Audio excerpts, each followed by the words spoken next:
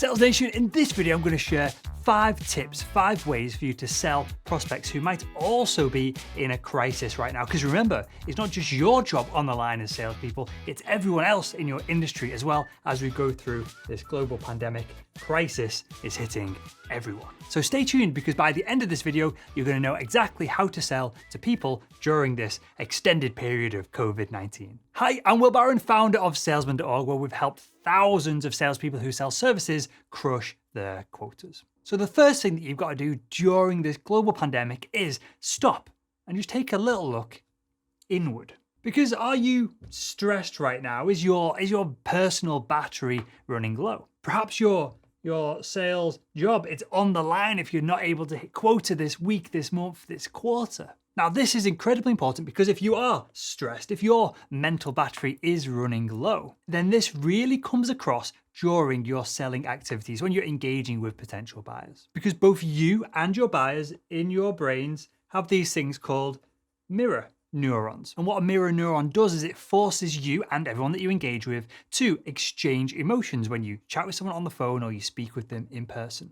So if you call upon a prospect who's currently nice and calm and relaxed and not stressed and probably in a good position to buy, but you're stressed, and so when they speak to you, their mirror neurons start firing and exploding away, then they're going to mirror this and they're going to become incredibly stressed as well. And of course, during a negotiation or sales conversation, if one or both parties are stressed, nobody buys. Deals don't get done. When your buyer is stressed, they're going to be defensive. They're going to throw objections at you. You're not going to be able to move the sale in the direction you want to. You're not going to be able to move the sale forward. So for the sake of your sales results during this pandemic crisis that we're all working through, make sure to give yourself a little mental check. Check your mindset before you make any calls or see people in person or even sending emails. Make sure to check your mindset and make sure you're in a good place so you don't project your emotions onto other people. Tip number 2 is to acknowledge that the elephant in the room, COVID-19. Everybody understands this, everybody gets it, everyone's going to have empathy for it. We're in the midst of this global pandemic that seemingly is not going to end anytime soon. And you might have your sales manager standing over your shoulder day in, day out, monitoring what you're doing on their own dashboard and calling you out, maybe even to your face, for not getting enough deals done. But let's be real, right? For a split second, because no matter how good you are at sales, no matter how good you are at influencing other people, the elephant in the room is COVID-19 and deals are slowing down. Now, if you do want to become more influential, make sure to click subscribe, because we've got an epic series of videos coming up on that very topic in the next few weeks. So you might be able to influence one person, right? But it's very difficult, if not impossible, to influence the whole marketplace. So you could get on the phone, you could speak to this one person, you could get someone to buy, but hitting your quota this 6 months, this next couple of years is going to be difficult, depending on the product you sell. It's going to be difficult to really influence the market as one individual person. And you've got to embrace this. You've got to embrace the fact that there's a big, fat, hairy elephant in the room. Because the problem isn't that middle management all of a sudden have just decided to cut costs and not spend any budget. The issue is that the C-suite, the executives in the company, and the shareholders of the companies that we're all selling into have decided to wrap up that cash. So it's never even reaching the middle management or lower level executives that we're probably used to selling to. So what we need to do, if we can't get deals done right now, we need to embrace this opportunity to spend more time with the buyers, so when the cash does start flowing again, if we imagine a tap right, this is blocked right now, but the cash will start flowing again over the next few months. And when it does, we want to be the people with the bucket holding it out, ready to catch it. So with all that said, tip number 4 is to keep your asks of potential customers reasonable and achievable. So let me give you a stupid example to make this point clear.